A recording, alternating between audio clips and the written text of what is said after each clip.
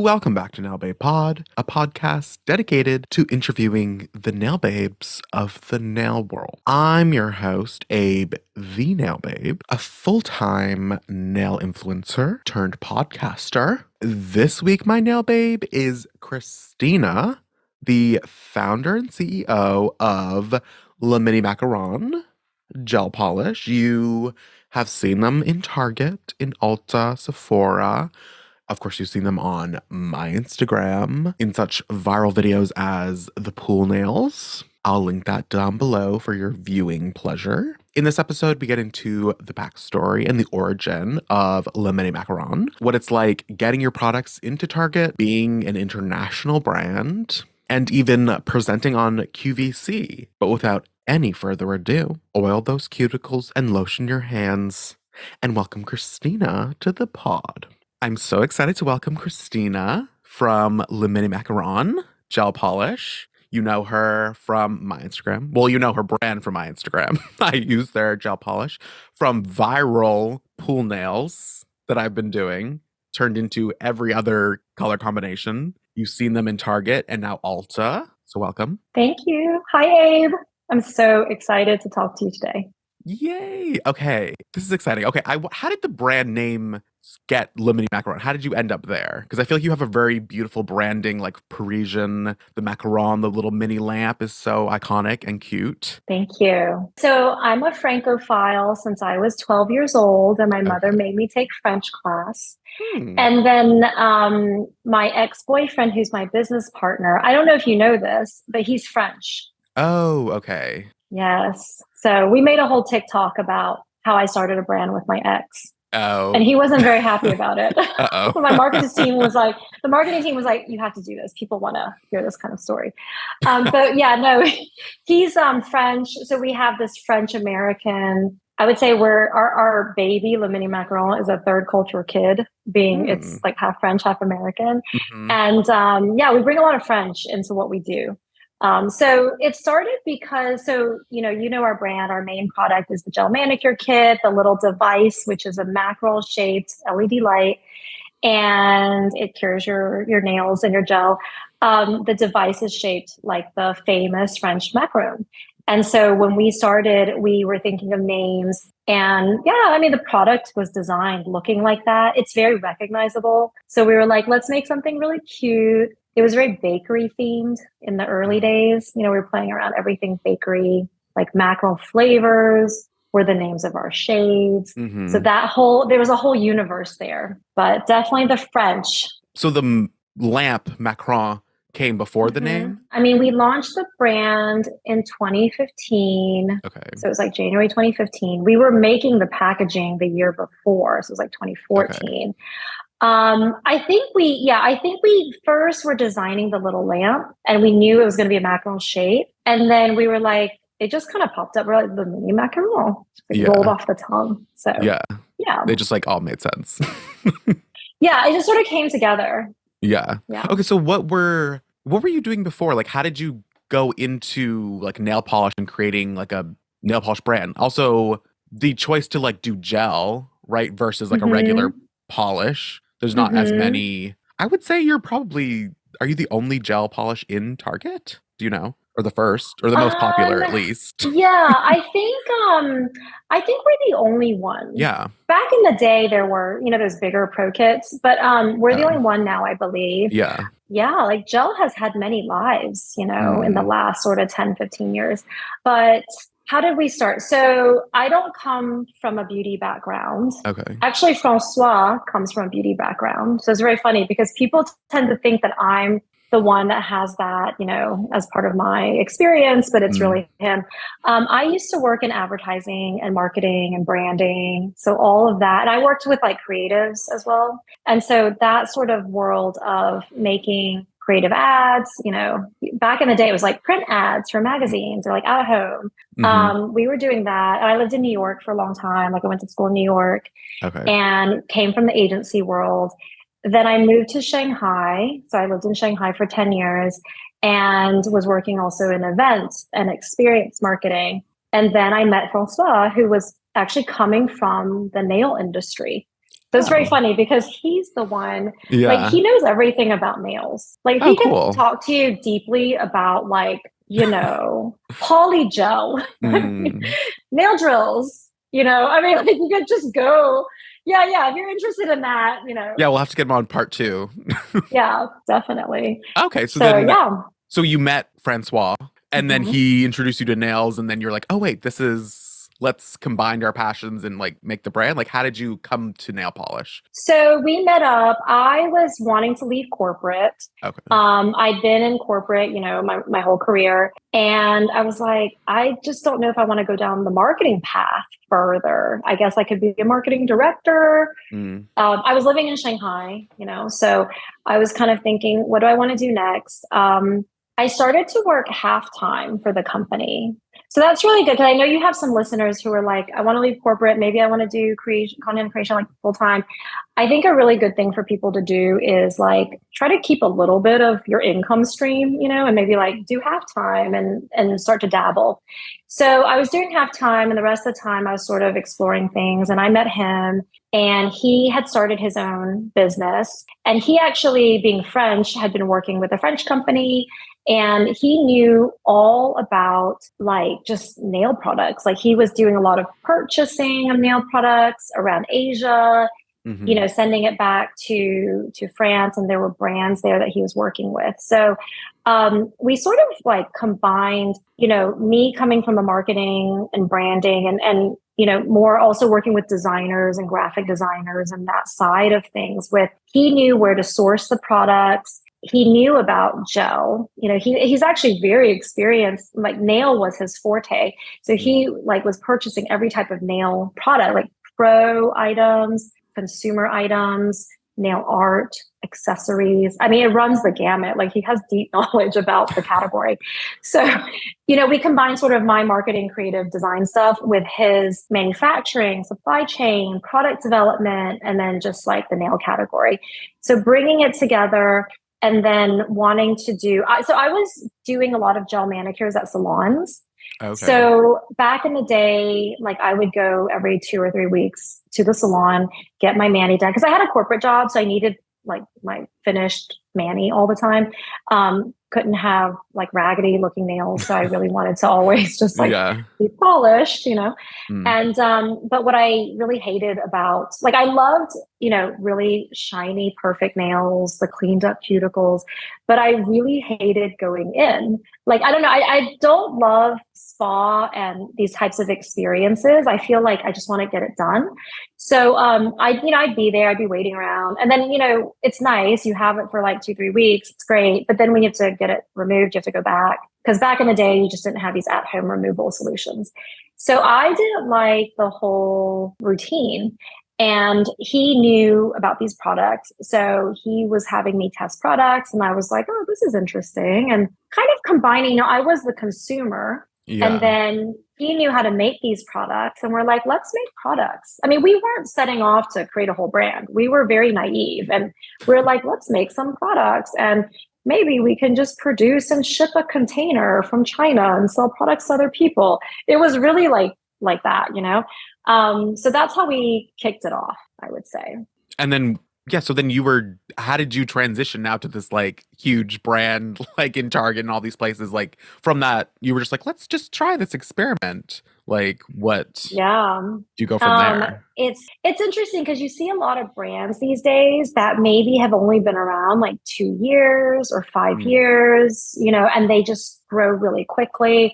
Yeah, I didn't realize you had been around for a while.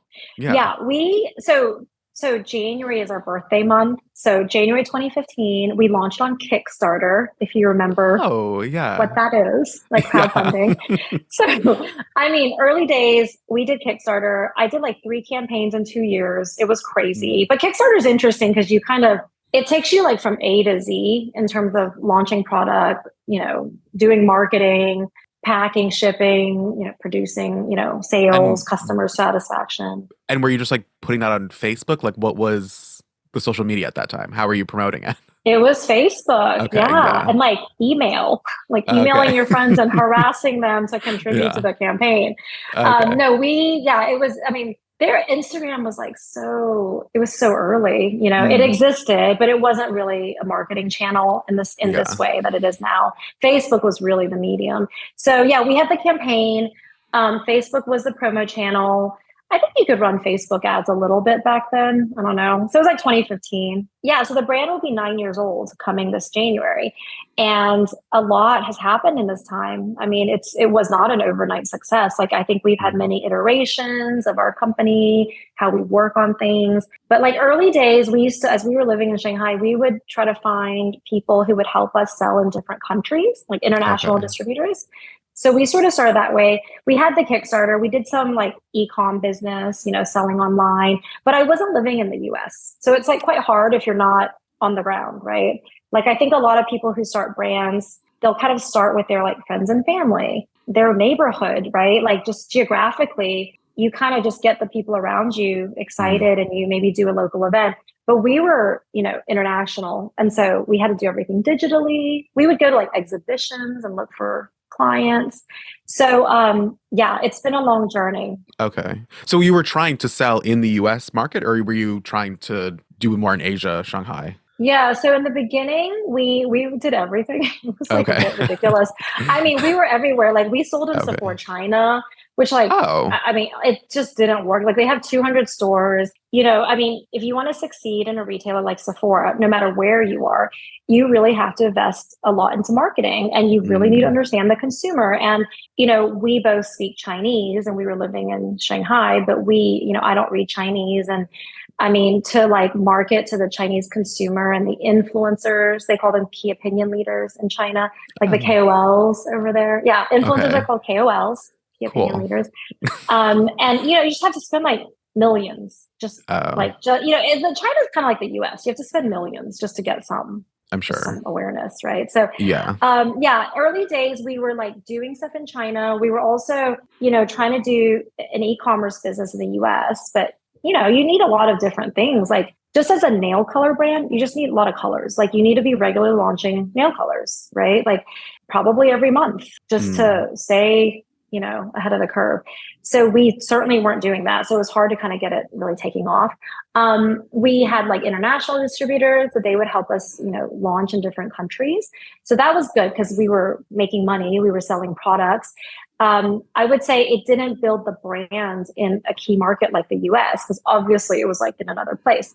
But it's okay, that's how we started. And then we were a bit all over the place because I always tell him like we're too global for our own good because we mm, like to just be in every country. So we were like launching in Canada, launching in Dubai, launching in Taiwan. It was just all literally all over the world. And then we were flying to do these events and it was very fun, but that's not sustainable. Like we launched mm. in Sephora Middle East, but they have like two stores. So it doesn't make sense to just fly there to like be in two stores and you're not prepared to like market in that area. Yeah. So it was very all over the place. But it was fun, like we traveled a lot and, so we had a team that started in Shanghai and we created, it was like expats and local Chinese, but Mm. also like international people. And then in 2017, we were getting a bit tired of China. So we decided like, hey, let's just go to Spain. Like it was very random. Like people, because I'm in Barcelona and people are like, why are you in Oh, Barcelona? I'm like, yeah, I was like, well, I didn't really want to move you're back to the currently right US. now in Barcelona? I'm in Oh, Barcelona. Yeah. I didn't know. So I'm here. Yeah. Where did you think I was? I Just don't out know. of Like I was like curiosity. New York, LA. I wasn't sure. Yeah, yeah, yeah. I think a lot of people think that. I am in the US, quite a bit for work, but I live here and the team is here. So Oh, we're mostly here. We do have some people like Holland is in the US. okay. She's in Holland who works with us is in the US. And we have a couple other people. But yeah, most of the people are here.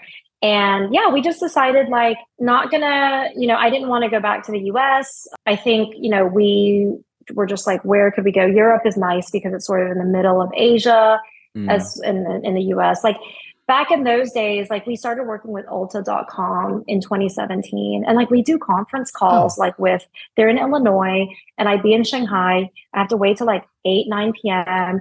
And you're trying to talk to a buyer and you're just exhausted. yeah. So the time difference was not making sense. So yeah, it's better in Europe. So we're in the middle. Okay. Yeah, I didn't realize that. I guess that makes sense if you Yeah. started like in Asia now. Like, I guess I'm just like so like American, where I'm just like everything is just here. Like, I don't realize that like global Yeah. company, like all having to talk to all these all these places. So, Yeah. Well, I think now, like post COVID, there's so much mm. remote work and people are in different places. I heard you're going to move down to the city, down to New York City. Yeah, yeah, that's the plan. Yeah. Yeah. So I think like people are kind of on the move, and there's a lot Yeah, of people who are on the move internationally just because for like now sure. they kind of can more. So it's definitely a more remote and digital world. Yeah. How, I guess I So didn't ask about like, how was it like starting this with your ex? Was he your ex or did you start it I together thought and you were going to then? ask me I know that I should have because asked. that's really That's the tea. funny. Yeah, that's the tea. It's like it's challenging, Like I don't Okay. recommend working with your Really? partner. Like I just don't recommend it. Like I have friends that come to me and they're like, I want to quit my thing and start a thing with my husband. I'm like, don't do that if you care about your relationship. Uh-oh. If you care about your marriage, like don't do that. Yeah. Um, Because you it's started it really while you fun. were together? Yeah, like we Okay. dated for 6 months, then we started working together. So we've always really known each other as like business partners. Also, I Okay. mean, we're not compatible from a relationship standpoint, but but we stayed together much longer because of the business, And Yeah. yeah, I mean, we're very complementary, I would say, in terms of skill sets. But like communication is very, he's very French. I'm very American, if you know what I Okay. mean. So it's very opposite. So yeah, I mean, I think, we have complementary skill sets, but there are challenges, And Yeah. if you're exes, I think a lot of people who are exes and still do a business, for most people, I think it's really hard. Mm, Like you have to work through it. So, mm. but well, Well, it seems like it's going well. You're like, stay over yes, there. I'm gonna be over yes. here running this. Like, Yes. Yes, yes, yeah. exactly. That's exactly. Yes. Yeah. No, Both it your, generally it's yeah. good. Yeah. You each take your own So skill set, like the things you're good at, and exactly. And we just kind of like divide and conquer. but so how did you? I guess the original marketing was just like at home gel manicure, do it Hmm. yourself. Like that's Yeah. Yeah. again, It that's was still your always branding. like, yes, like, I mean, these days our thing is like, it's a 15-minute gel manicure. I mean, if you're going to go speed and like really get it done, if you Yeah, want to be really perfect and try to get it, I would say maybe it's like 20 to 30 minutes. But in sure. general, the marketing we go out with is like, we're a 15-minute gel mani. You can like really get it done quickly where Because it's you're on the also go the thing. base and top coat and the color are all in one. It's a one Hmm. step process, It's a one basically. step, like Yeah, 3-in-1 formula. So that's really convenient because you yeah. really just need that little bottle, your nail file, your lamp. Hmm. So yeah, we are about the 15-minute DIY mani. It's really been interesting since COVID because people were just at home. And I mean, a lot of people I think that you talk to, they started becoming creators during COVID. Is it COVID boredom? One of That's yeah, your three my things. yeah. Yeah. Yeah. I tell you, I've listened to pretty much every episode at this point. I Oh, think I'm thank missing like you. one episode. But Okay. no, it's cool. Like I think COVID boredom, a lot of people got Mm, into it. And from our side, a lot of new customers discovered us because they needed to get their nails done. And like you yeah. couldn't really get anywhere. And people were willing to like practice and take time. And, they were kind of like a captive audience. Couldn't run around to get places. So that was cool. Like we had a lot of people, discover us. And then they're like, wow, this is really easy. Like once you get the hang of it, because if you're a first time user, you probably like Yeah. paint it on too thick. That's our number one issue. Like people just paint it on too thick. And I'm Okay. like, you got to do really thin layers, I was and that was one of the yeah. things I was like wondering how if you ran into problems like this or like how you educate people that it is different than like a regular polish, Hmm. obviously. Hmm. If you have like specific, Definitely. yeah. Definitely. I think that's something that like even just recently, like right before I jumped on here, I was talking to some of our marketing team and we're like, how do we level up education? How do we Mm, like work around just like first time user error, right? Because like most people know nail polish. I mean, it's pretty straightforward, right? But yeah. gel is another, level and there's a little bit of a learning curve, right? So we definitely want to do more videos. We do a lot of videos of like how to apply, right? Like 1, 2, 3, it's got to look like this. Yeah. But now we're like, let's make videos about what you're doing wrong. Like, let's just show videos of it looks too thick. This is what it Yeah. looks like this is what it looks like if you cured it and it's too thick. So that's what we're talking Yeah. about these days. We're like, let's go. And, with TikTok, that stuff is really interesting. What are you doing wrong? Let's show that Hmm. versus like the constant, this is so perfect. This is Yeah. how the best application. So we're going to try a different angle, I think. That's interesting. Yeah. I was thinking about, you were talking about like the different marketing in like Middle East versus like Asia. I don't know if there are, how it was in the beginning versus now too, of like trying to market to these different countries and regions that probably don't have the same relationship with nails that other people Oh, do. yeah. That's true. Yeah, I think different consumers internationally, for example, in the Middle East, I think a lot of people go to the salon. Like it's just Okay. really part of the culture. Asia as well. Like, I think salons are very, very affordable and just, it's like, yeah, they're everywhere, Mm, I think in the US, it might depend on where you live, if a salon is like affordable and accessible or not. yeah. A lot of places, I think suburbs and whatnot, even larger cities, it's quite expensive, to get a gel manicure done. So that's where we come in. We're like, hey, we can teach you gel. I used to say like, when do people do gel? Is it like when you're going to prom, or like, I mean, not everyone goes to prom, but like, is it when you're like splurging for a fancy event? But Yeah. actually, it doesn't have to be a splurge. Like you can have a gel manicure, and it's going to make you, it's like a pick me up. You'll feel nice if you have polished nails. You'll feel Yeah. polished, right? I mean, that So is like, yeah, you can't get a gel like finish without gel. Like it's just like the shine, the like thickness, the like yeah. the feeling of it is Mm-hmm. something different. And like if you've never experienced Mm-hmm. it, like people don't appreciate that it actually is like something different. Yeah. Yeah. Yeah. It's a completely different texture. It cures under a light, Yeah. right? So Also, it's it's so really, yeah. convenient. Yeah. Mm-hmm. Yeah. So do you do like you do both and you're used to Yeah. doing both? Like, Well, yeah. I remember because I did get like it was, I think it was like one of the first like PR brands, just like it was a gel brand. They like sent me stuff, and I was like, I don't know, I'll just like do what I normally do.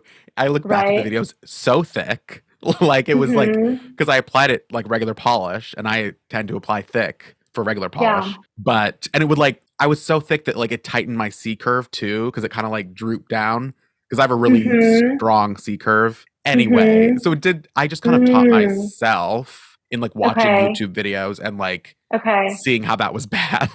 And just Yeah. one thing that I say when I tell people about if they're first time using gel, I almost think of it as like putting on the polish and then scraping the polish off the nail with the brush. Like literally try Mm-hmm. to pull off all the polish and then you'll be good. Mm. Just like a I super, super love thin that. layer. Yeah. I love that. Yeah. Yeah. That's a great angle of like communication. It's hard because I think that's not what they expect. Right. You know, I'm like, you want the brush and your nail to be pretty much transparent. It's Right. almost like nothing's on there. Yes. And that's Yeah. counterintuitive. Hmm. Yeah. Yeah, it is like, because So, I feel like everyone here is like, yeah, gel, super thin. Yeah, yeah, I got it. But then when you're doing it, mm-hmm, you're like, wait, I'm not doing super thin. Like, mm-hmm, this seems wrong. But it's like yeah. after you do it two or three times, like paint your nail, two or three nails, like, I Mm-hmm. think it's pretty easy and self explanatory. Like, once you get going, people will get it. Yeah. Yeah. Once you get the hang of it. I was doing an event at Ulta recently and we're in front of like new consumers. And I like if I'm in front of a consumer or customer, like I paint the first nail for them. And I'm Okay. like, this is what the brush looks like. This is what it's like on your nail. Cure it. I like them to touch it because they're like, Yeah. oh my God, it's dry. Like people really don't expect that. Yeah. And then I say, now you do the next nail. And I stand there and they always do it too thick. Like literally, if I'm standing next to them and then they still do it too thick. So here's where I'm like, okay, education, more education is really, really important. Yeah. Yeah. It's also like hard. It's like they teach people, but then it's like, are people watching the video? Like, are they actually paying attention? No, So I don't think people it's watch hard. Yeah. videos. Like Yeah. they just, I think like when I buy like electronic products, I Yeah. just open it. It's like, read Same. this first. I'm like, meh. And then you just plug it in and, it's not working. So Yeah. yeah, I mean, nobody watches videos. So Yeah. it's very, I guess very that's difficult. yeah, it's just a Yeah, human nature. totally. We do, Yeah. we're too impatient. Like we just want to Yeah. start to use it. But it is, Yeah. I do think the actual like having the single nail lamp is better for beginners because you can't, the polish won't like droop off the nail and like start to Mm-hmm. flood. Like you just put, once you paint it, Mm-hmm. you're curing it and it's done. Like you don't have time to like Yes. do all the nails and then wait to the thumb and then it's like all spilling over. So I do think it Right, is actually right. better for beginners. Yeah. Yeah, the beginner totally because it's like you've painted it, you go straight into the lamp. And I always tell them like one by one, like don't paint Yeah. five and then cure one by one. Just go, paint and cure, paint and cure. Yeah. And yeah, it's great to hear you say this because I'm like, you really know. I'm Yeah. like, I love hearing that because usually I don't hear that. So Okay. Yeah, but like yeah. once, yeah, yeah, once you like, once you know, like it's clear Hmm. that you guys, and it's interesting to hear that your partner had like that experience in gel because it's clear that you Hmm. have like knowledge, experience, and like really strong branding, which like is like Hmm. perfect match in a brand. So Right, right. Yeah. No, I think yeah, you need the both sides. But I mean, the first time he gave me a gel product to try, he was like, test this. It was the first time I was painting it by myself. And I had been to the yeah, salon and I did it too thick and I was like, this thing is crap. This is defective. He's like, this is not defective. Like you're not using it correctly. I'm like, yeah, no. So yeah. Even me, like back in the day. yeah. Yeah. Yo, I was gonna ask, like, now that you're teaching people, you had to learn about all these things and how to like do it properly and teach. Like, how Hmm. was that? You learned from your Yeah, partner? it's hilarious. I mean, well, so yes, he says, you're almost like a pro nail tech. I'm like, yeah, it's funny because I've been through so many years of having to take people through it. When there's new product evolutions, I talk to our, chemists and supply chain people. So for someone who's never been certified, yeah, I'm probably the closest to it, but then I don't know really advanced stuff, right? Like if Mm, you wanted to talk to me about like, I don't know, like hard gel, polygel. I mean, I don't know that oh, stuff, and like, but yeah. our team starts to get into it, right? So we have some people on our team who never did nails before, like especially our social team. They Mm, never did nails before, and now they're addicted. And then they do a lot of acrylics, so then they can kind of like change it up all the time. And they are very funny because like one of our social media people, Nikki, she's like, I just bought my first nail drill. I was like, you bought a nail drill? Like, it's so funny. She's like, I'm so excited, like for removal and stuff. And I was like, you're it's hilarious. advanced. Yeah. So yeah, like they're really like just they've become so advanced, Yeah. Well, So also, yeah. not to like keep trying to convince people to use gel, but like it makes like nail art like it is a completely different thing. Like it makes nail art super easy. Like it doesn't dry up. Like you can Right. there's so many things. Like once you get into it, I feel like my mind is just like so many things like gel. Like it's just it is Yeah. exciting. Yeah. Yeah, you can control the process more, right? Because then you can like it dries when you want it to dry. You're not having to like race against time and just like Yeah. speed paint. So yeah, it's definitely different to work with. I know like in nail salons, techs like to use gel. Like when people request nail art, they love using a gel. It's just so Yeah. much easier to work with. Right. Yeah. Yeah. So, but in the nail community, like do you feel a lot of people use gel or is it like a mix? Because there's a lot of polish brands. Yeah, there's definitely a lot of polish. And I think people are scared of gel just because they've Mm-hmm. heard of people removing it the wrong way and like using a drill Mm-hmm. into the nail, whereas Mm-hmm. you don't need to do that. You just scuff the Mm-hmm. top coat and let it soak and leave it. Yeah. Yeah, Yeah. yeah. Definitely. But Definitely. also, I think a lot of the people that paint their nails 10,000 times a day, like, we're like, I don't, Mm-hmm. well, I don't need gel. Like, I'm just going to redo it. But it is Right. once you're into it, there's a different technique that actually is beneficial if you're going to use Mm-hmm. gel for like nail art and things. So I Mm-hmm. like having the option. Like, I want Mm-hmm. the different Yeah. techniques, the different ways of using it. So I appreciate that there are brands that are giving us gel and easy and in Target. Like, I want to hear about this. Like, I feel like that is was that like a goal from the beginning? Like, what did you ever picture yourself in Target, or were you thinking more like direct to consumer? Like, Hmm. how was that originally like ideated, I guess? Well, to be honest, I don't think I was like, let's be in Target. I don't think I had that like retail goal. Okay.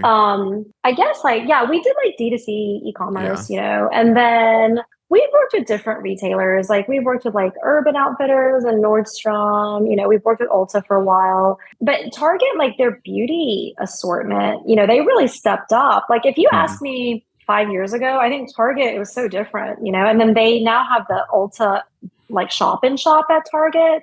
Have you seen the Ulta stores that are inside Target? No. Okay, so that's kind of a newish initiative. It's maybe been around for a year or so. I Okay. don't know how We many stores. just got Like, a Target in my hometown. okay. Oh, okay. Like just last Well, year. okay. Are you like what city are Well, you? right now I'm in Maine. So Okay, it's like okay, a very small Target. I feel like it's like not okay. even they do have limited macaron, but I don't know. Ooh. I was like, that's a must. But like it seems like they don't have it's not like one of the super targets or whatever. Like it doesn't it's like very Okay. minimal. Okay. You'll notice if there's an Ulta inside because it's like Yeah. this huge area that's like blocked off and it's Ulta branded. And like you can use your Ulta loyalty points. Like if you shop there, you can use like your Ulta and Target loyalty points. It's like double points. But yeah, then they started rolling that out. And it's like they just really Target really upped the beauty game. Mhm. Especially like with COVID, right? I mean, that's kind of one of the things is like a lot of retailers were closed during COVID.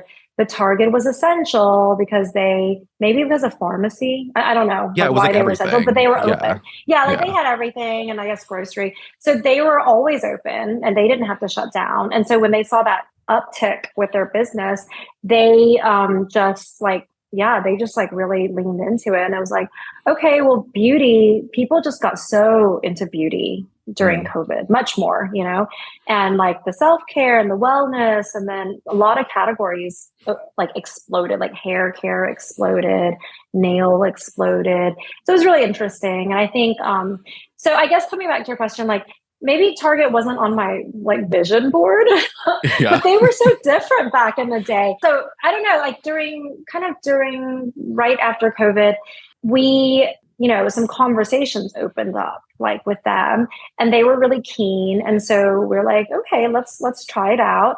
So we had a little test at the end of 2021. We had like a display, like an end cap display at the end of the aisle. That was really fun because we had all our branded pink display items.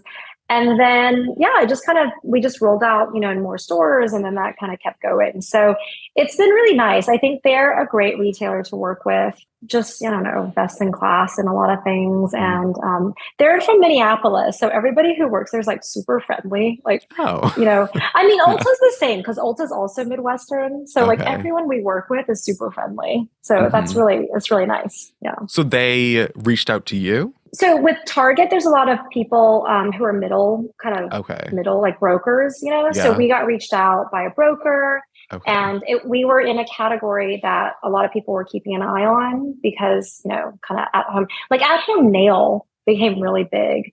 Nail care, nail color, and then gel specifically just became really big. So a broker reached out to us, and that's how the conversation opened up. And we're like, huh, like we thought about Target like back, a couple years before, but it didn't seem like the obvious partner, but I think Mm. they really, just changed up their approach and really wanted to be a beauty. They like to be kind of like product discovery, like beauty brand Mm. discovery, so like these kind of like brands that maybe are from TikTok or like these like indie brands or, more like Gen Z brands that are a little bit unexpected that can kind of, also just, I don't know, bring in younger consumers. And yeah, so we were very fortunate, I would say. I do feel like Target is that like fun and exciting and like trendy and like Mm-hmm. branding. So like it does make sense Mm-hmm. that I guess you guys are there too now, but like yeah, I just feel like Target is like the best like retailer. I don't know. Like I don't really go to anywhere else Yeah. except Target. Yeah, Target has a lot of like cachet around them because I think, people are like going on my weekly Target run. Like Yeah. that's a thing, Yeah. like picked up my Starbucks and now I'm gonna like make my way through the aisles of Target. And then there's Exactly. all these Instagram and TikTok accounts around Target.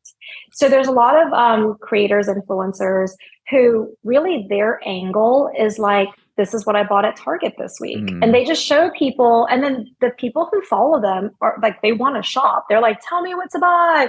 And Yeah. then they're like, I found this, like, I don't know, like snowman, like little candle display. It's like random items and it just goes viral. So it's Yeah. quite fun. There's a lot of these types of accounts. I'm like, Target sells like niche items I just never even knew existed, especially on the holidays, like different Mm. seasonal holidays. There's a lot of these like decoration items that are very funny. Yeah. So And I feel like they yeah. look nice. I think like there's a level of elegance or like Hmm. refinement Yeah. to like Target. Design. Yeah. Yeah. Yeah. They're cool. I think they're very Yeah. cool. Like what can you talk about like the structure of the part? Like how did they like bulk order to put in the store or like how does that work? So all the retailers work wholesale, so I would Okay. say they're all the same. Like they all work Yeah. or work wholesale. And then they'll just like pick the items, so they'll work with you. They're like, which items, which are your best sellers? They order bulk, and it just depends on if you're kind of doing like seasonal business. So sometimes they just want to do stuff for the holidays or around like, I don't know, Mother's Day or certain, Halloween, like it depends on the holiday. Or if they want to do like year round business. So it's like, we want to bring you in, we're going to give you space on like this shelf. You have to deliver certain sales targets, because if you're not performing, they could give it to someone else. They do have sales targets for the brands, Mm. and especially for indie brands, you need to make sure you're investing into marketing. Before we launched in Target, I talked to a founder friend who was like a year ahead of me. Like she'd already launched in Target. And she was like, I think we might get discontinued because like stuff isn't going well. Like we're just not selling well. And I was like, well, what would you do differently? She was like, my main problem was we didn't have any brand awareness. Like we hadn't really started the Okay. marketing. And so that was a really good learning. If you'd asked me like 5 or 7 years ago, we'd just be like, give us the order, like the purchase order. And then great, Yeah. maybe we'll do a little marketing push. But, these days I'm like, okay, we've got to be ready. We cannot fail. Mm. It's called sell through. So sell in is what you sell into them. Like maybe they order, I don't know, 1,000 pieces or 5,000 pieces.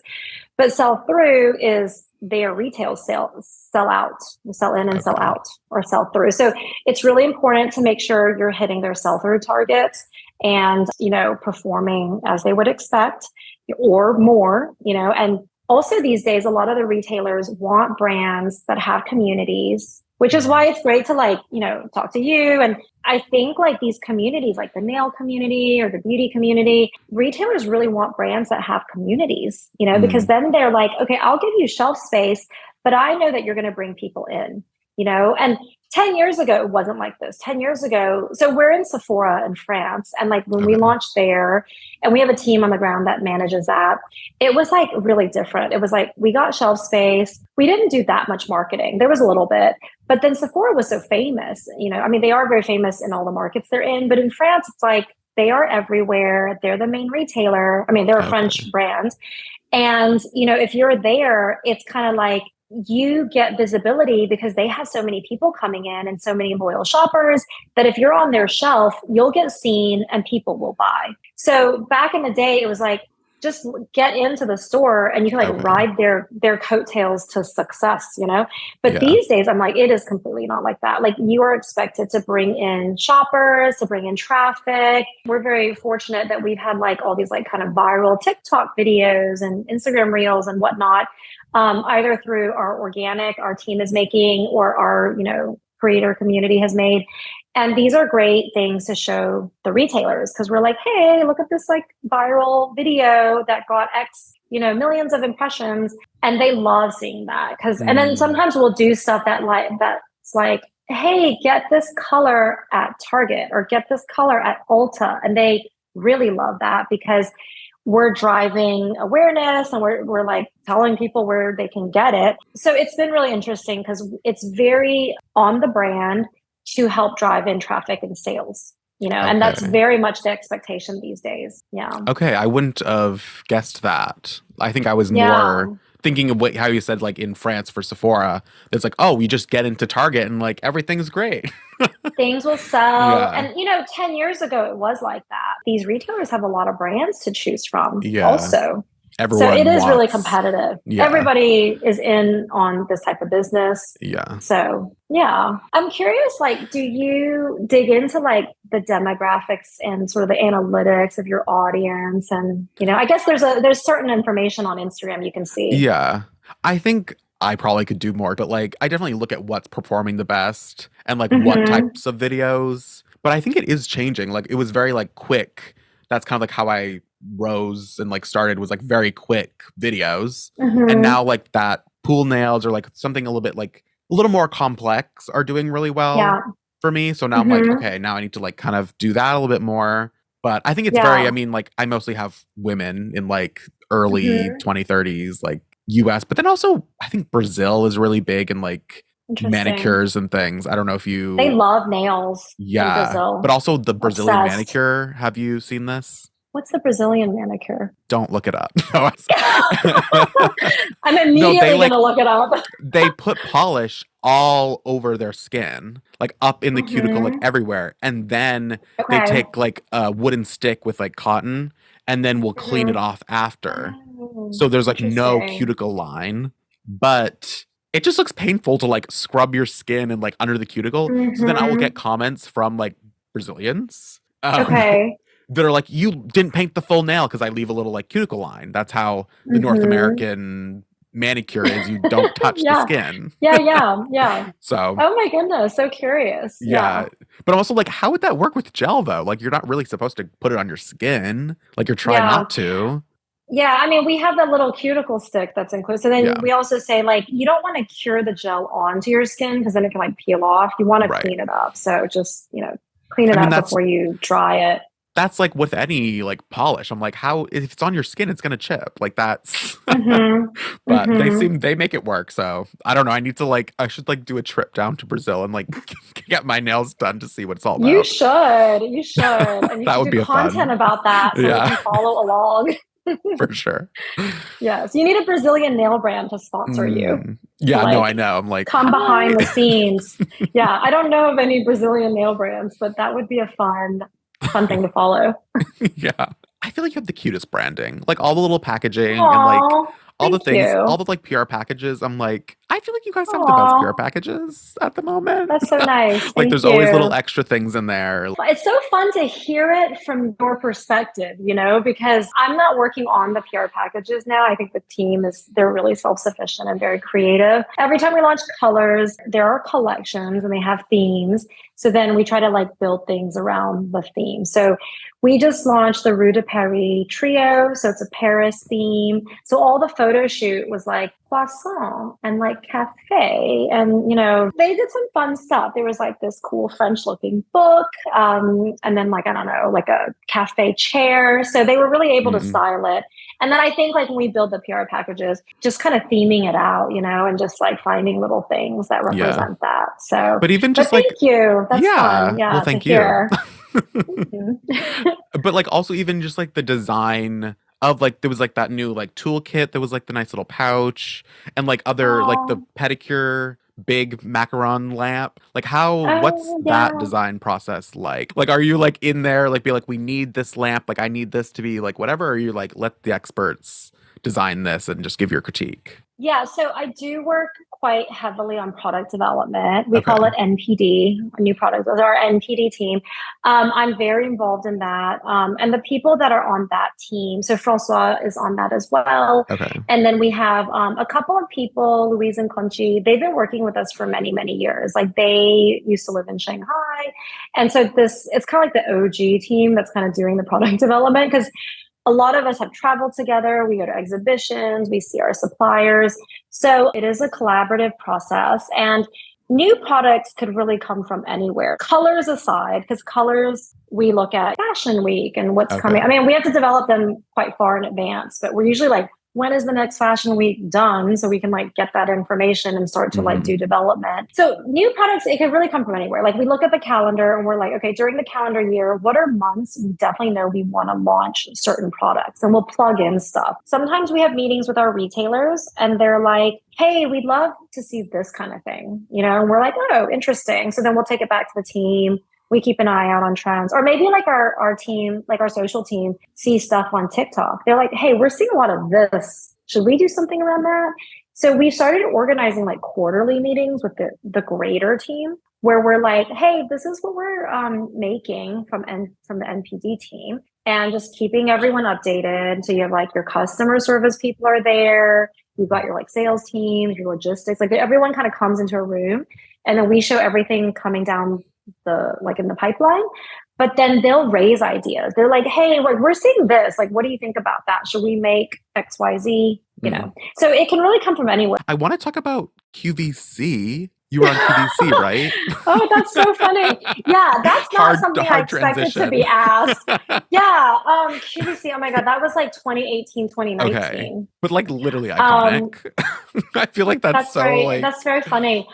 You know, after I did my QVC show, mm, I was very proud of myself because it was the biggest milestone personally and professionally I'd ever accomplished. But I also burst into tears on the train back to New York afterwards because it didn't go well. oh And really? it's yeah, QVC, it's so interesting. I mean, that was we had it was a the previous life of our brand, you know, back in 2018, it was so long ago. But Okay. yeah, QVC is interesting because if you do the show, they train you. So you have to like go to their I think it's like Westchester, Pennsylvania. They put you through like a 1 day training, you know, because they have like just like millions of people Yeah. watching their shows. Still So they're going to though? put you on air. Yes, but like Okay. they do, but I think it's like their average age is like 60 or 70 years Yeah. old. And Yeah. they're trying to go for like the 50 and 40-year-old audience, last I heard. They also have HSN, which is their sister thing. And Okay. HSN goes a little bit younger. Okay. So I do think home shopping, TV shopping does have a big base. You Hmm. know, it's maybe not us, but I think there are people doing it. And then they're like watching True. it and maybe they want to buy gifts for their grandkids or their, you know, family members. So yeah, like I think QVC, you go there, they train you, and you know they'll place an order, but it's consignment. So you are Oh. pre-producing lots of quantity that they then give you a spot on air, and you have 7 minutes to sell X. You know, literally, it's like your productivity per minute, your dollar sales per minute. It's very high pressure, you know, and Yeah. especially as a brand, it's your inventory. So they consignment, like they're not buying it, it's yours. You have to prepackage it for them. So, you know, like they want like these two items and you're putting it into a brown box and labeling it and then shipping thousands of these to their warehouse. And then if it doesn't sell, you know, it comes back to you. And then like, what do you do with that? You may not have another channel to resell it. So that was it was very interesting. I was like very proud of myself because I was like, I think I did a really good job on air. I mean, I was nervous, but like it seems good, you know, like the whole presentation was good. It came across, I wasn't like choking over my own words Yeah. visibly, like it just looked decent. But the sales just weren't what they needed to be, you know, Oh. and then I was very upset. And, but, you know, I think it's also the type of audience, you know, because maybe they weren't going to buy this that for themselves, right? Like if you're Yeah. selling skincare, I think what does really well in QVC is like skincare, especially stuff like, you know, because the age is like 60 and 70 years old. If you're doing like mature skin, you know, or like very Yeah. like science-based technological products. But for us, you know, a gel manicure set, I don't think this audience wants to do that at home. Is she going to buy it for, you know, the grandkids or the teenagers? There was some of that, but not as much as we'd hoped. So, yeah, I was really sad after it. I called Francois. I was like leaving Pennsylvania to go back to New York.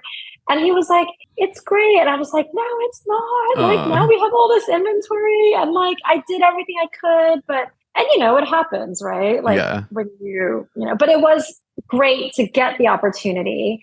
And then they How were do very you get the opportunity? Like how did you get into that realm? so yeah, I mean, the way I met them was there's an exhibition in Bologna, Italy every Okay. year. It's Cosmoprof. So you might have heard of Oh, Cosmoprof in Vegas, which is like a beauty expo. It's okay. every year in Vegas. I think it's in July. They do one in Italy as well. And Italy is like huge, it's like much bigger. So all the QVC buyers, like from US, Japan, France, Italy, Hmm. I don't China, they were all together on a panel.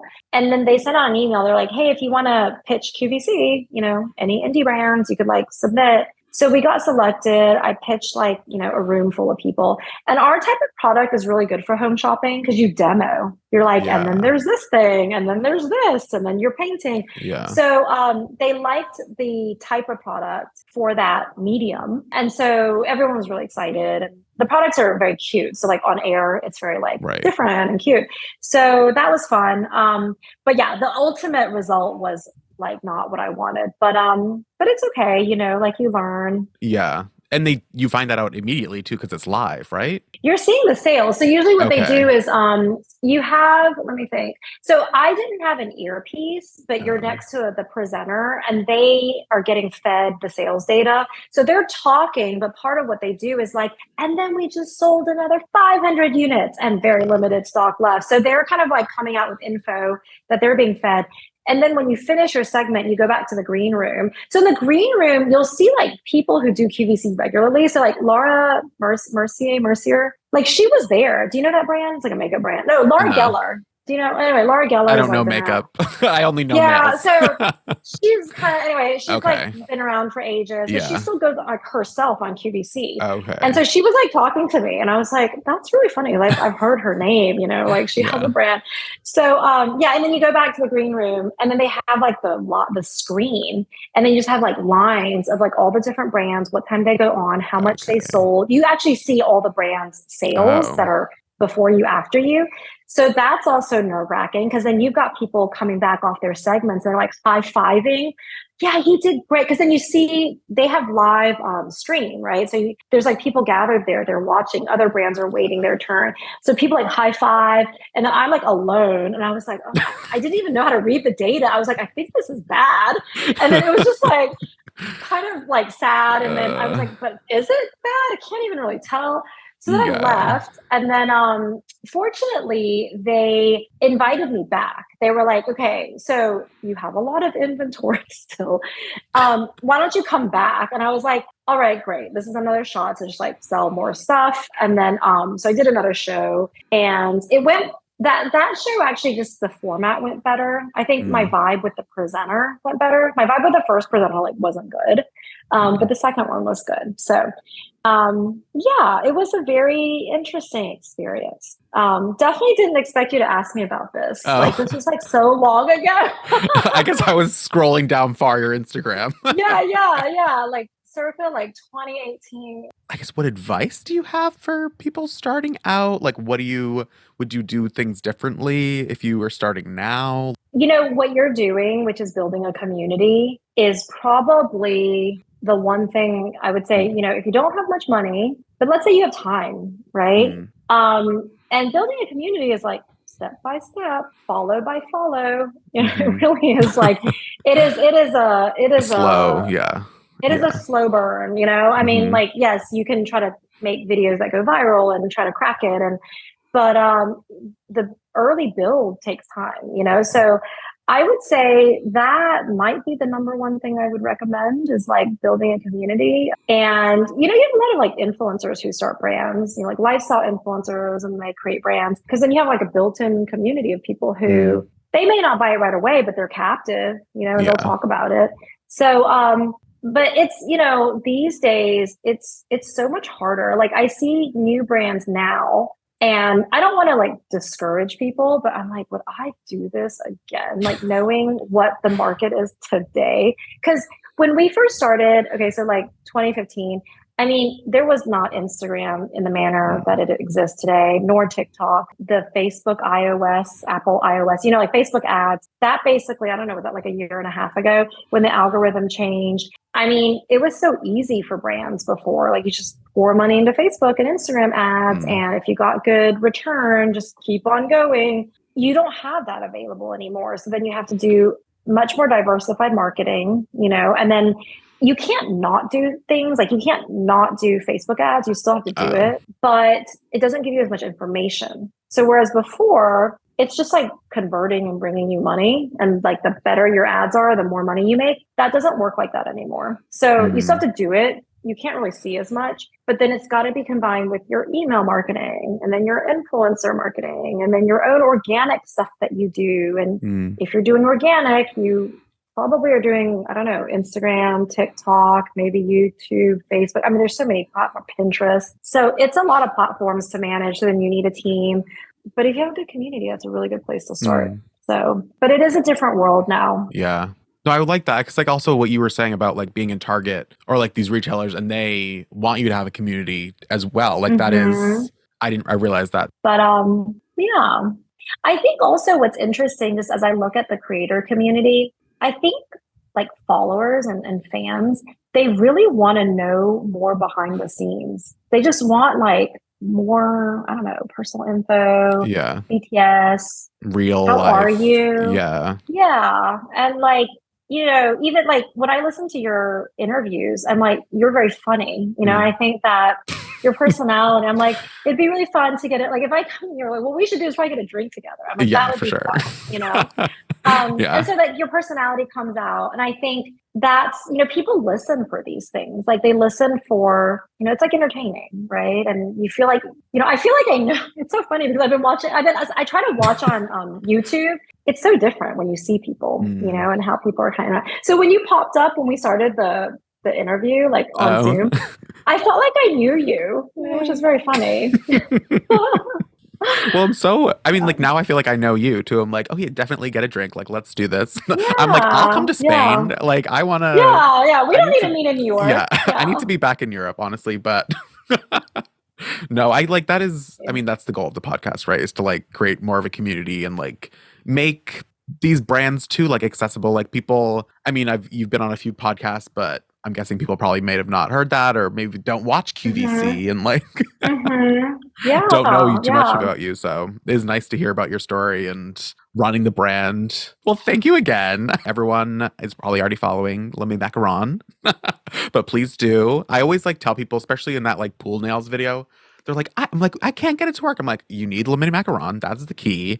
And it's like so easy too, because I'm just like, they have it at Target. Like, there you go. Like, I think there is something different about shopping something in person versus online that like not Yeah. every brand has, which does make it. I like it. Like, I do actually like pick up a little Le Mini Macaron when I'm Hmm. there sometimes, and just like it feels nice. Hmm. So People like to be able to walk into a store and buy yeah, something, that tangible, the physical aspect. yeah. So it's really nice. And thank you for those pool nails. Our whole team knows Mm. about those pool nails because we were sending that to each other. We're like, these Okay. pool nails. And Abe was Yeah. talking about L&M. So Yeah. thank you for sharing that and doing that design and supporting us. So it's been really great to talk to you. I feel like I know you so well now.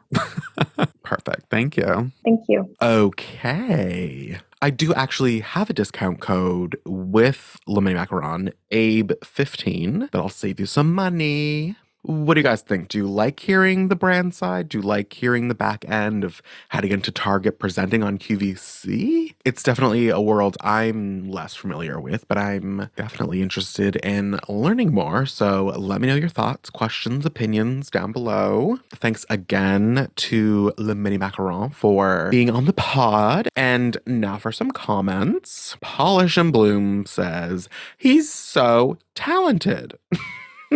I'd like to pretend she's talking about me, but she's talking about bug nails from our last episode. Polish Labrat says, if someone were to watch this episode, would they be blessed with some of Jimmy's talent? Asking for a friend. I replied, if someone were to interview Jimmy, does that count as extra points?